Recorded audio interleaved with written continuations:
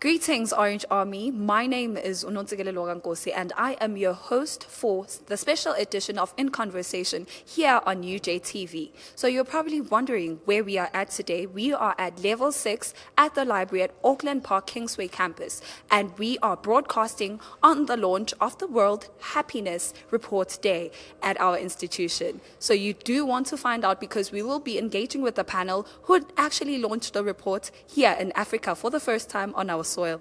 Do stay tuned. We have a panel with us that is here to tell us all about that. Thank you guys for joining us and welcome to the discussion. The first question that probably everyone is asking themselves, what is World Happiness Report Day?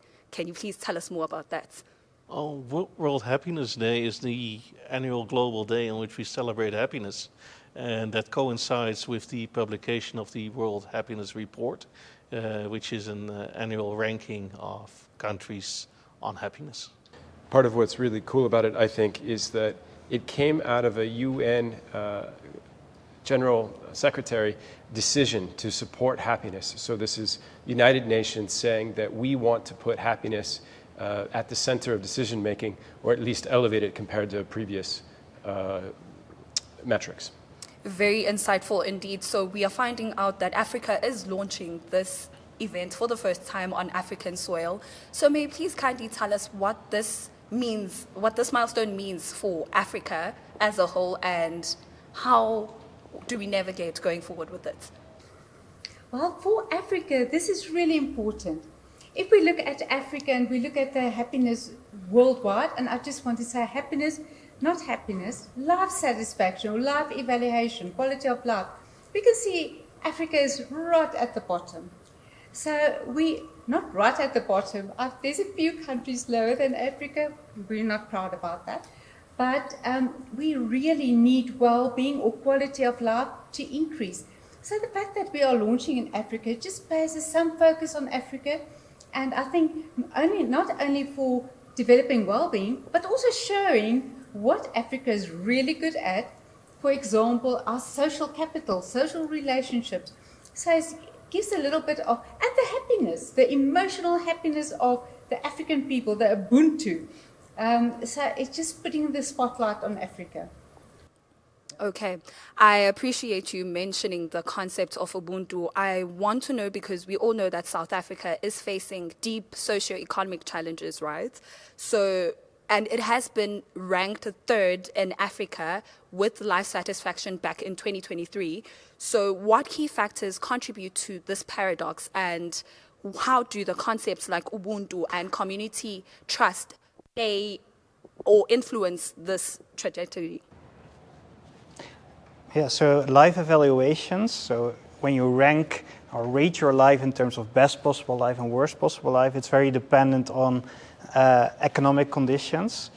But when you look more at the emotional well-being of people, then it's more based on social life and daily life. And in terms of daily life, Africa does quite well because of, for example, this culture of Ubuntu. And Western countries can learn a lot from South Africa and Africa in general in this respect. The report also highlights that in the shifts in global rankings. So can you share some of the most surprising trends with the happiness in the global well-being in 2025?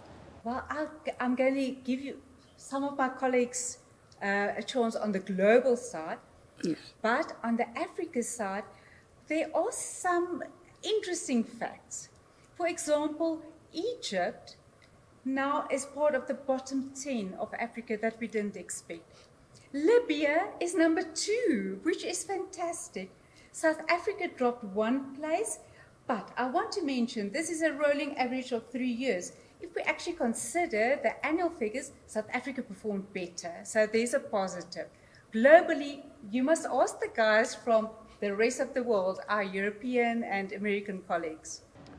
I can chime in real quick and say it's the first time that Costa Rica and Mexico, 2 Latin American countries, joined the top 10 in the world. So it's mostly comprised of the most highly developed, the Nordic countries.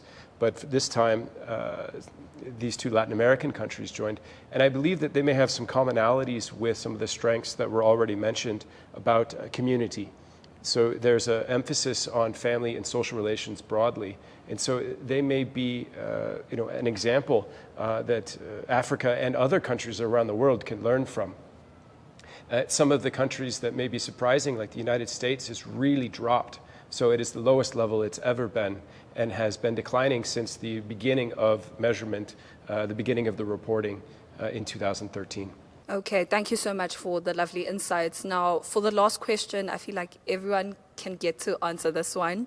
How does the role of traditional leaders influence the well-being and happiness in local communities? How can they play a better role in ensuring that we keep this going and that Africa is in the loop and is involved in World Happiness Report Day? Let's say ladies first. Well, if you say traditional leader, do you mean at rural level or do you mean at governmental level? Let's say governmental level to be So safe. if we look at the leaders, then the main thing is policy. Policy can change things. Stability, less corruption for Africa, trust in the government. And if I look at the really successful countries in Africa and even those that made a lot of progress, exactly that. The policies they implemented was pro-economics or growth, because that's social relationships, we have that and we can build on that. And a lot of policy into youth, because youth is Africa's asset. A lot of the developed countries don't have the youth we've got, and we can grow in that youth. So from government side, policy. Very insightful indeed, sir. If we did take it back to the most local level, or even at the highest level, I would say community engagement. So actually asking the people what it is that they need, what it is they need to improve their life, what they want. This action by itself improves their sense of well-being and can also lead to a political legitimacy that can support the public policy initiatives. There's a lot that can be said, but to be brief, I'll stop there.